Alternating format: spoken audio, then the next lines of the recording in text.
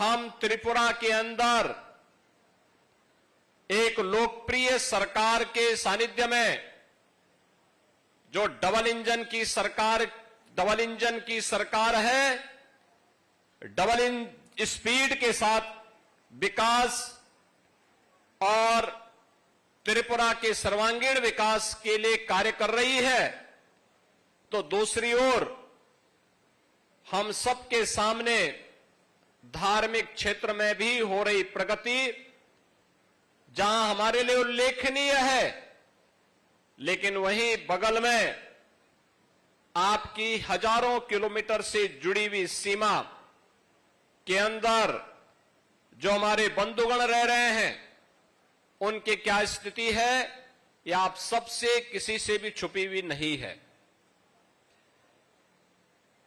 बहनों और भाइयों,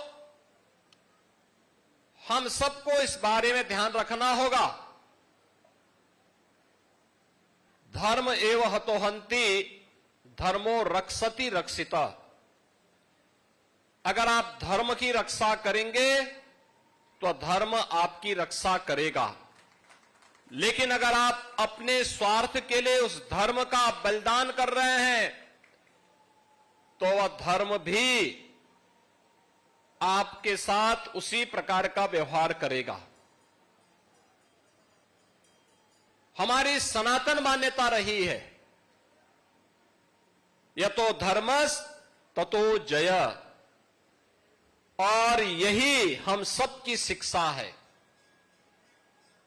हम सब आज एक भारत श्रेष्ठ भारत के रूप में पूरे देश के अंदर उत्तर दक्षिण पूर्व पश्चिम एक मजबूत भारत के लिए कार्य कर रहे हैं। प्रधानमंत्री मोदी जी का संकल्प, उनका सामर्थ्य और उनकी विजनरी लीडरशिप हम सबको एक नई यात्रा के साथ आगे बढ़ा रही है। और हम सब ये भी जानते हैं कि भगवान श्री कृष्ण की जब स्मृति हम सबके सामने आती है तो भगवान श्री कृष्ण एक हाथ में मुरली है तो दूसरे हाथ पे सुदर्शन भी तो है उनके हाथ में। केवल मुरली से काम नहीं चलेगा, बल्कि सुरक्षा के लिए सुदर्शन भी आवश्यक है। और सुदर्शन भी जब आपके सामने होगा तो फिर किसी श्री श्री शांति काली महाराज को अपना बलिदान नहीं देना पड़ेगा। बहनों और भाइयों, आज कितना सौहार्दपूर्ण और सुरक्षित माहौल त्रिपुरा के अंदर है। क्या यह माहौल आज से 7 वर्ष पहले, 10 वर्ष पहले क्या संभव था? क्या यह संभव था? क्या यह सुरक्षा का माहौल इस रूप में था? संभवतः नहीं। मुझे याद है जब पूज्य संत शांति काली महाराज ने आश्रम की श्रृंखला को खड़ा करके अपने कार्यक्रमों को आगे बढ़ाया था 1994 में, उनका कार्य अद्भुत था, सराहनीय था, हम सबके लिए एक नई प्रेरणा है, अभिनंदनीय है। और शांति काली महाराज ने उस समय जो संकल्प लिए थे, आज चितरंजन महाराज उस कार्यक्रम को मजबूती के साथ बिना रुके, बिना डिगे, बिना थके कार्य कर रहे हैं। और इसीलिए तो भारत सरकार भी आज आपका अभिनंदन कर रही है। पद्म पुरस्कार भारत का सर्वोच्च पुरस्कार है, नागरिक सम्मानों में से एक है। उस पुरस्कार से आपको सम्मानित कर रही है, क्योंकि इस क्षेत्र में जिस ऊर्जा के साथ आपने काम किया है, अपने गुरु के संकल्पों को आगे बढ़ाने का कार्य किया है, वे अभिनंदनीय है। लेकिन यहां पे हमारे त्रिपुरा के महाराज भी यहां पर उपस्थित हुए हैं। हम दोनों एक ही परंपरा से जुड़े हुए हैं। उनकी मातृपक्ष भी उत्तराखंड से जुड़ी हुई है और मैं भी उत्तराखंड में, मेरा भी जन्म हुआ है। और इसीलिए एक आत्मीयता हम लोगों में है। उनका बचपन उत्तर प्रदेश में व्यतीत हुआ। उत्तर प्रदेश की राजधानी लखनऊ में, और उत्तर प्रदेश का भौगोलिक क्षेत्रफल की दृष्टि से जो सबसे बड़ा जनपद है लखीमपुर खीरी, उनका स्टेट का भी वहां पे कुछ हिस्सा है। और मैं उनको एक बात उनके संज्ञान में जरूर लाना चाहूंगा कि महाराज, इस जरूर ध्यान में रखना कि त्रिपुरा स्वतंत्र इसलिए था क्योंकि त्रिपुरा के राजा के पास सामर्थ्य थी, शक्ति थी। उन्होंने यहां की जनता को एकजुट करके विधर्मियों के लिए भी और उन आक्रांताओं की ताकत को भी समझा था और उनको अपनी ताकत का एहसास कराया था। इसलिए त्रिपुरा सुरक्षित रहा, स्वतंत्र भी रहा। जो भी सामर्थ्यवान होगा अपनी ताकत का एहसास अपने दुश्मनों को कराएगा, वह हमेशा सुरक्षित रहेगा और सामर्थ्यवान बना रहेगा। लेकिन जो भी अपनी ताकत को खो करके अपने दुश्मन और मित्र को समझने में भूल करेगा, वह हमेशा उसी प्रकार का खामियाजा भुगतेगा जैसे आज बांग्लादेश के अंदर हो रहा है। बहनों और भाइयों, राष्ट्रीय स्वयंसेवक संघ ने इस खतरे को भांपा था 1925 में। राष्ट्रीय स्वयंसेवक संघ इस बात को जानता था कि अगर हम इसी प्रकार से कांग्रेस के द्वारा चलाई गई दुर्बल संधि का शिकार होते रहेंगे तो वे इस देश का विभाजन कराएंगे, हिंदुओं को कत्लेआम कराएंगे और फिर इस देश की परंपरा को, इस देश की संस्कृति को, इस देश की जातीय परंपरा को पूरी तरह नष्ट भ्रष्ट कर देंगे। और वह जो दुस्वप्न था वह सच साबित हुआ। कांग्रेस ने अपने स्वार्थ के लिए देश का विभाजन स्वीकार किया। और यही नहीं, है तो 1905 में ही बंग भंग के समय आपने देखा होगा। अगर उस समय बंगाल विरोध नहीं करता, क्या स्थिति पैदा हुई थी, क्या करने की साजिश हुई थी। और उस समय भी ये लोग यही कार्य कर रहे थे। और राष्ट्रीय स्वयंसेवक संघ आज केवल भारत में ही नहीं, पूरी दुनिया के अंदर सरस्वती शिशु मंदिर और विद्या भारती के नाम पर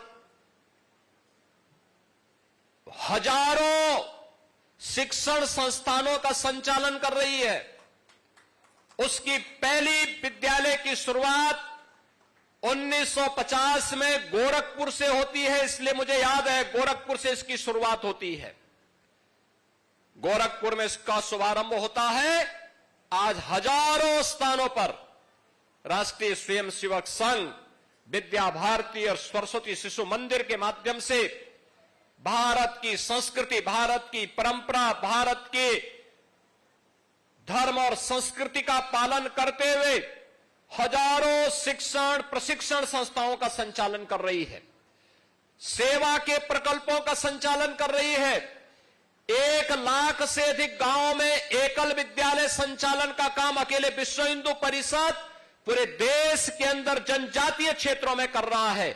और श्री राम वनवासी कल्याण आश्रम के माध्यम से भी मुझे याद है मेरे स्वयं के आश्रम गोरखपुर में 1984 में जनजातीय छात्रावास प्रारंभ हुआ और उसमें नॉर्थ ईस्ट से, त्रिपुरा से, मेघालय से, नागालैंड से, यहां से सैकड़ों बच्चे जाकर के उसी आश्रम में अध्ययन करते थे और जब उनकी शिक्षा पूरी होती थी वे वापस इस क्षेत्र में आकर के अपनी आजीविका के साथ जुड़ते थे। आज भी वहां पे श्री राम वनवासी कल्याण आश्रम संचालित है।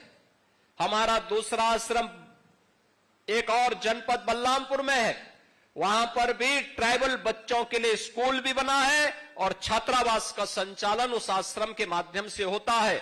और विश्व हिंदू परिषद और राष्ट्रीय स्वयंसेवक संघ हजारों ऐसे स्थानों पर ट्राइबल बच्चों के लिए इस प्रकार के शिक्षण और प्रशिक्षण केंद्र संचालित करके उनके उज्जवल भविष्य के साथ अपने आप को जोड़ने का काम करता है। हां, यह सच है कि राष्ट्रीय स्वयंसेवक संघ और विश्व हिंदू परिषद अपने कार्य का प्रोपेगेंडा नहीं करता है, अपनी सेवा की सौदेबाजी नहीं करता है। हम सेवा करते हैं इसलिए क्योंकि सेवा हमारे लिए ईश्वरीय सेवा है, मानव सेवा हमारे लिए ईश्वरीय सेवा है। ईश्वरीय सेवा मान करके हमारा एक एक प्रचारक, एक एक कार्यकर्ता, एक एक स्वयंसेवक, एक एक नागरिक इस अभियान के साथ जुड़ करके सेवा के इस प्रकल्प के साथ जुड़ता है। और यही कारण है कि विश्व हिंदू परिषद के नेतृत्व में पूज्य संतों के मार्गदर्शन में चलाया आंदोलन इस सदी की सबसे बड़े आंदोलन के रूप में अयोध्या में जो लोग कहते थे कभी संकल्प पूरा नहीं होगा, 5 सदी का इंतजार समाप्त करते हुए अयोध्या में भगवान राम का भी भव्य मंदिर के निर्माण का कार्य पूरा हो गया है। अयोध्या में भगवान राम का भव्य मंदिर बन गया है। अब लोग कहते हैं कि कुछ लोगों को बुरा लगेगा राम मंदिर बनने में, तो उसमें हमारी गलती क्या है? भाई हमारी आस्था है राम से, हमें भारत की बहुसंख्यक जनता की आस्था को देखना है। अगर ये जनता संतुष्ट है, उस आस्था का सम्मान देने का काम करना है, और वही कार्य हम कर रहे हैं। काशी के बारे में भी हमने यही कहा, भाई अयोध्या है, मथुरा है, काशी है, ये 3 सनातन हिंदू धर्म के महत्वपूर्ण स्तंभ हैं, महत्वपूर्ण स्थल है, मानबिंदु हैं।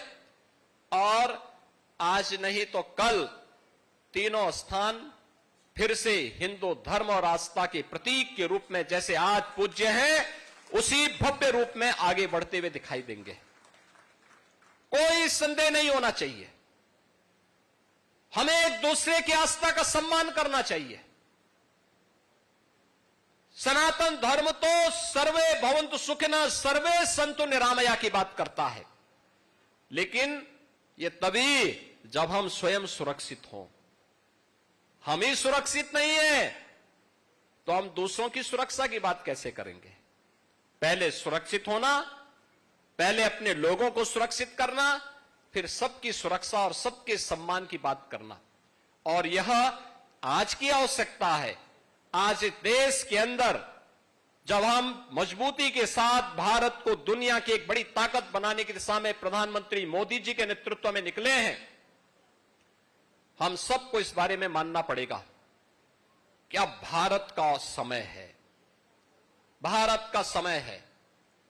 बहनों और भाइयों, मैं अभिनंदन करूंगा, आपने त्रिपुरा को पिछले 7-8 वर्षों में यहां पर डबल इंजन की सरकार आने के बाद जिस प्रकार से विकास का डबल स्पीड के साथ विकास यहां की आगे बढ़ी है, एक अंधेरे से प्रकाश की ओर आप पुनः बढ़े हैं।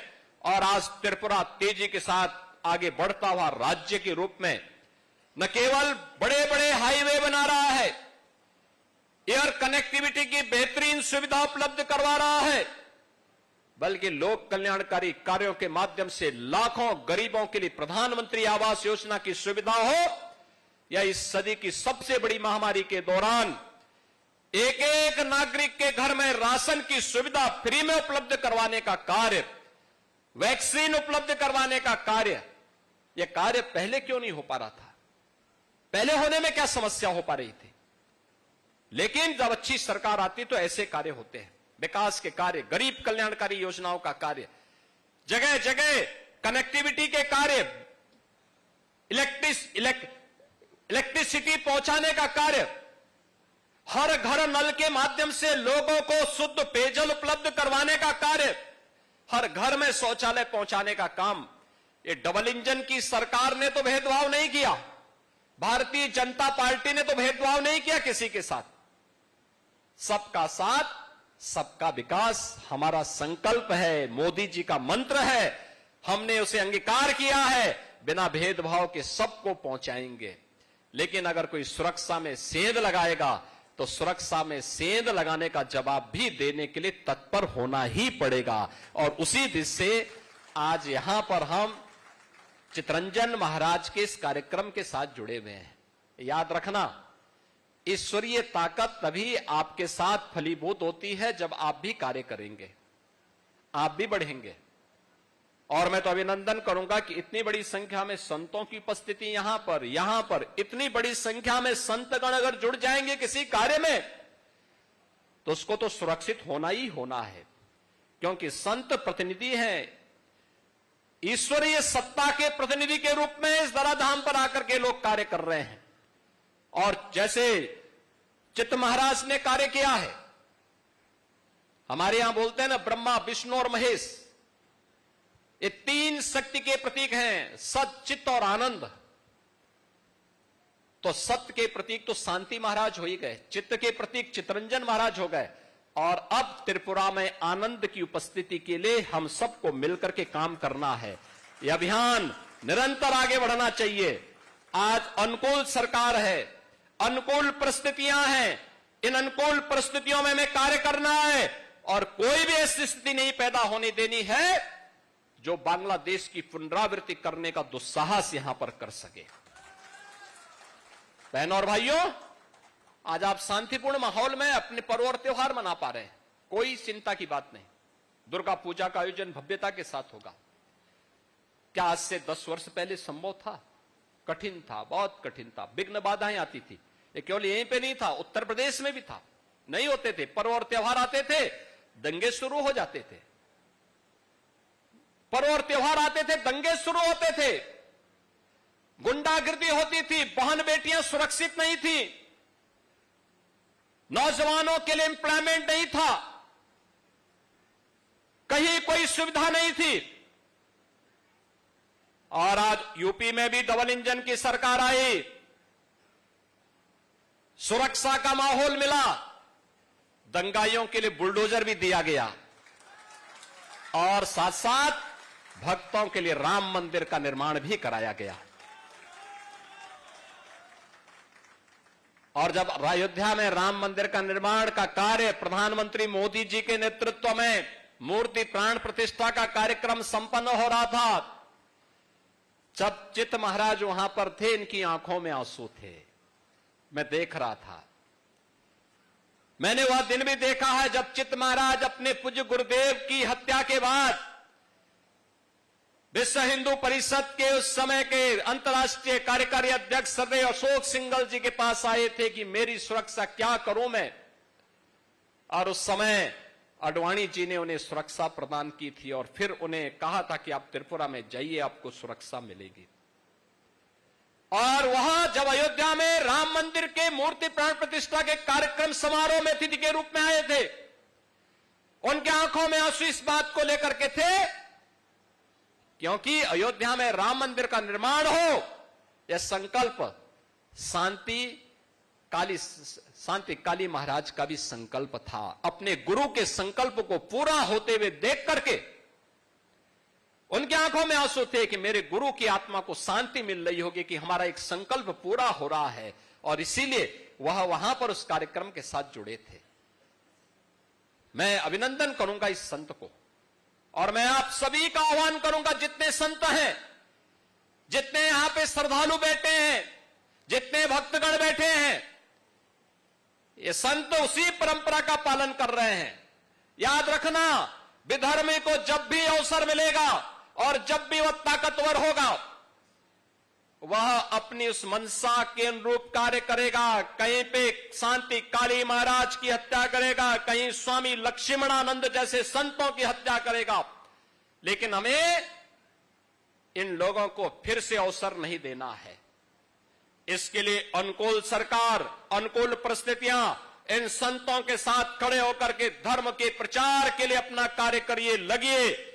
सनातन धर्म हर पंथ और उपासना विधि का सम्मान करता है, हर एक का सम्मान करता है।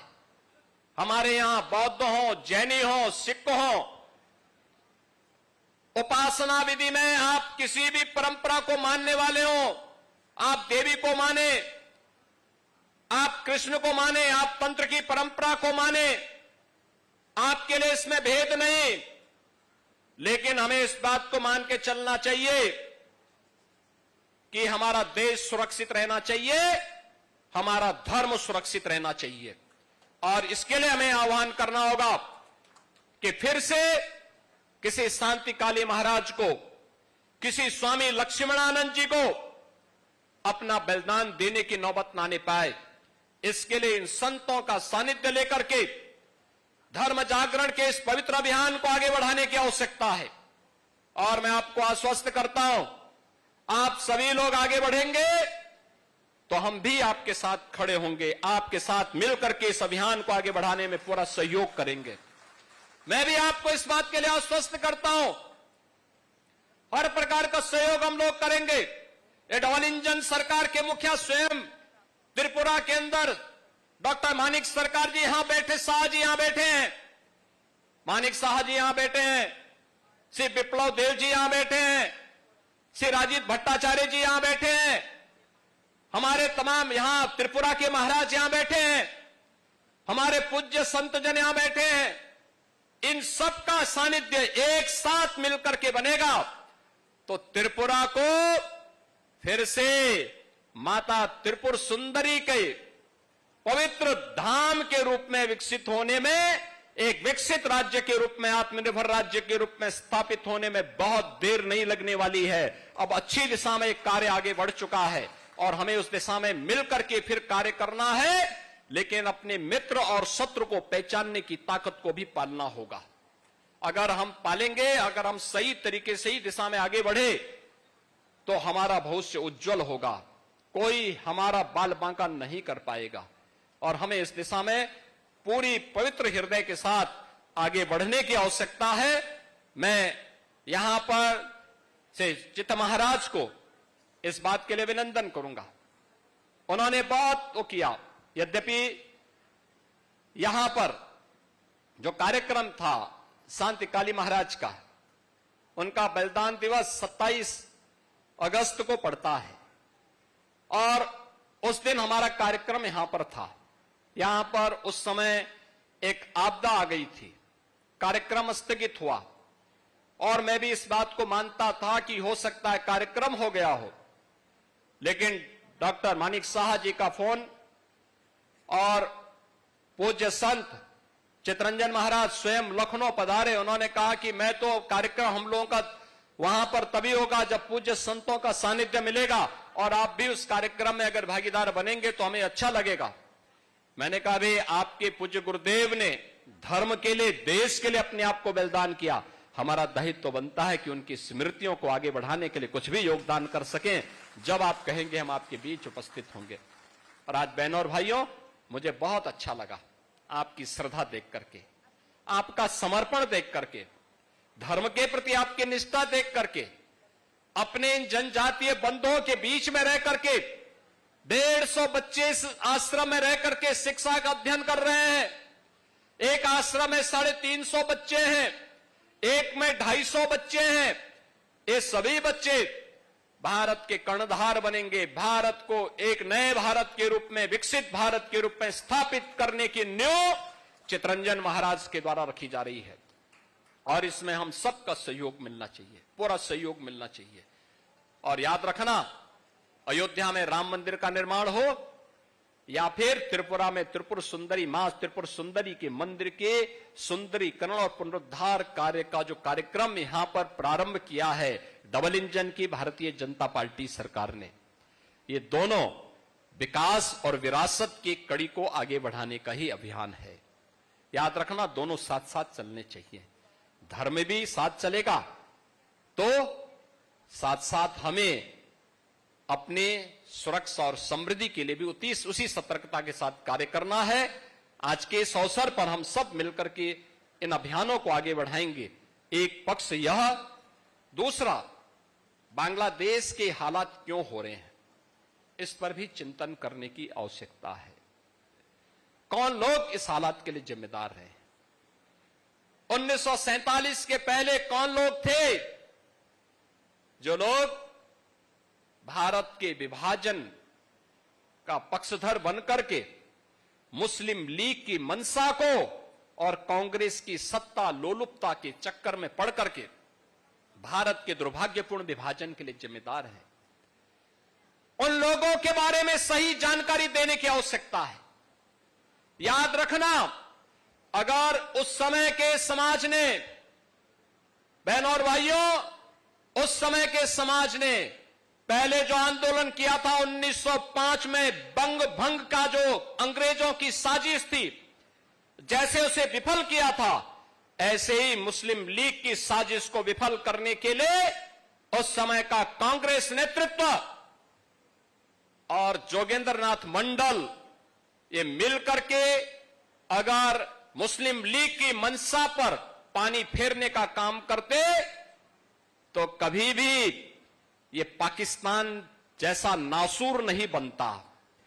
पाकिस्तान एक नासूर है और जब तक इसका ऑपरेशन नहीं होगा तब तक इस कैंसर की समस्या का समाधान नहीं होने वाला है और आज इसकी शुरुआत हो रही है। आज आप देख रहे होंगे पाक अधिकृत कश्मीर में पाकिस्तान से अलग होकर के भारत में शामिल होने की मांग शुरू हो गई है। बलूचिस्तान में पाकिस्तान से अलग होने की मांग उठ खड़ी हो गई है और एक पाकिस्तान जब तक इस धरती पर है, याद रखना, ये मानवता का कैंसर है। इस कैंसर का समाधान ये मानवता का भी कैंसर होगा और इसका उपचार समय रहते दुनिया की ताकतों को मिलकर के करना होगा और सबसे ज्यादा सतर्क भारतवासियों को रहना होगा। निश्चित ही समाधान के रास्ते निकलेंगे। एक विकसित और आत्मनिर्भर भारत की परिकल्पना के लिए पूज्य संतों के सानिध्य में उनके संकल्पों के साथ आगे बढ़ते हुए हम डबल इंजन सरकार के कार्यों को मजबूती के साथ जमीनी धरातल पर उतारने का कार्य करेंगे। मां त्रिपुर सुंदरी, मां सिद्धेश्वरी देवी और यहां पे पूज्य संत शांति काली महाराज के श्री चरणों में नमन करते हुए आप सबको इस पूरे अभियान के प्रति, इस पूरे कार्यक्रम के लिए अपनी शुभकामनाएं देता हूं, बधाई देता हूं। चित्त महाराज को हृदय से अभिनंदन करता हूं और यहां की सरकार को भी, जिन्होंने इस पूरे कार्यक्रम के साथ त्रिपुरा काउंसिल के हमारे यहां पे त्रिपुरा के महाराज यहां पर आए हैं, इनको भी, इनकी पूरी टीम को भी हृदय से धन्यवाद देते हुए कि वे निरंतर त्रिपुरा के विकास के साथ मिलकर के हम उन सपनों को साकार करें जो एक सुरक्षित और समृद्ध त्रिपुरा की परिकल्पना को साकार कर सकता हो। वह परिकल्पना डबल इंजन की सरकार करके दिखाएगी। आज के इस अवसर पर आप सबको मैं मां त्रिपुर सुंदरी और मां सिद्धेश्वरी का आशीर्वाद और उनकी कृपा निरंतर प्राप्त होती रहे। शांति काली महाराज का आशीर्वाद आप सबके ऊपर बना रहे, इस कामना के साथ इस पूरे कार्यक्रम के प्रति मैं अपनी मंगल में शुभकामनाएं देता हूं। धन्यवाद। जय हिंद, जय जय श्री राम।